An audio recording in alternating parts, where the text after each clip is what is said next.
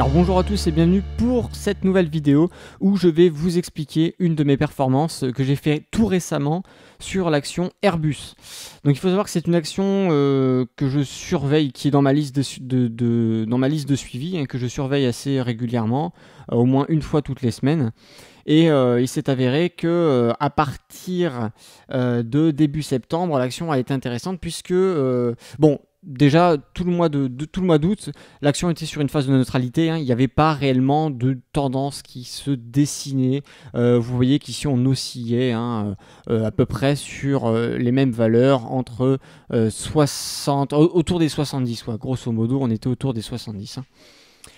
Ça a été réellement qu'à partir... allez, on va dire fin août, au niveau du 29, 30, 31 août, qu'on voit qu'au niveau des outils, même au niveau des chandeliers, on repart à la hausse, avec des écarts entre les bougies qui sont plus importantes que sur les précédentes. Hein. Vous voyez que ici on a des écarts beaucoup plus importants. Au niveau du stochastique, on repart à la hausse et on vient même du coup taper les 50 et les transpercer. Hein. On passe en positif aussi évidemment. Et au niveau du RSI, on vient frapper la zone des 50 et on vient glisser dessus jusqu'au mois prochain, au mois suivant, hein, au niveau de début septembre. Et c'est réellement à partir, et pour moi, ma prise de décision, elle a commencé à se valider à partir du 11-12 septembre, puisque on voit ici au niveau du stochastique qu'on revient taper les 50, on aurait pu la retranspercer et partir en négatif. Or, effectivement, au niveau des outils, on est en négatif sur le stochastique, mais on est venu rester sur la zone de neutralité, et ce qui aura valu plus tard, vous voyez ici à partir du 13 et 14 septembre, un rebond, donc un retour à la hausse, et c'est ce qui va valider du coup la tendance haussière qui apparaîtra par la suite. Au niveau du RSI, c'est un peu le même scénario que le stochastique, hein. On vient caresser la zone des 50 et à partir du 13 et 14, on commence vraiment à rentrer dans la ligne et on va même par la suite la dépasser.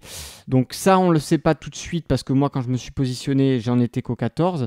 Mais voilà, la configuration et les outils m'ont montré que cette action était intéressante et qu'il allait se produire quelque chose. Donc je me suis placé acheteur avec un peu moins de 2000 €, 1979 et 4 centimes exactement, avec un effet de levier de 5 appliqué dessus, ce qui m'a permis d'acheter 140 actions à 70,68 exactement. C'était très bien, ça s'est passé assez rapidement. Il y a beaucoup d'acheteurs, beaucoup de vendeurs, beaucoup de liquidités sur cette action, hein. Il n'y a vraiment pas de problème au niveau des positions, c'est assez rapide. Et j'ai donc conservé ma position 13 jours.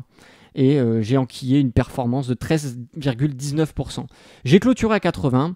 Pourquoi est-ce que j'ai clôturé à 80 ? Parce que, par rapport à l'historique de l'action, même 80, je veux dire, voilà, on était déjà au niveau de la zone des 70 au niveau de la consolidation. Donc, sur les actions, on sait que les chiffres ronds sont des paliers en quelque sorte, notamment quand on est en dessous des 100 € en valeur. Ici, on voyait qu'on était à 70, donc logiquement, le palier, l'objectif, c'était 80 au minimum. On aurait pu viser plus haut. Mais voilà, sur une période de 13 jours, faire 13% de plus-value, c'est très bien. On prend les bénéfices, on chipote pas, c'est fait. Donc voilà, en 13 jours, 9 unités, ça a été atteint sans souci, les 80%. Et j'ai clôturé alors qu'on aurait pu garder largement la position ouverte, puisque vous voyez ici sur le stochastique et le RSI, on a beau être en zone de surachat. Il n'y a pas de signe vraiment très significatif sur un retournement de tendance pour le moment. Donc on aurait pu encore conserver la position pour faire une performance un peu plus élevée. Mais bon voilà, ça c'était pour les gens qui auraient voulu le faire. Moi je m'étais fixé un objectif, j'ai atteint l'objectif, j'ai récupéré mes gains. Voilà, on est content. Et donc au niveau des gains, on est sur une plus-value de 1304,80 €. Donc comme on le voit bien ici sur le calcul de la bénéfice par position, attention, je parle bien en bénéfice brut, hein, pour mettre tout le monde d'accord, parce que je ne prends pas en compte les frais de transaction.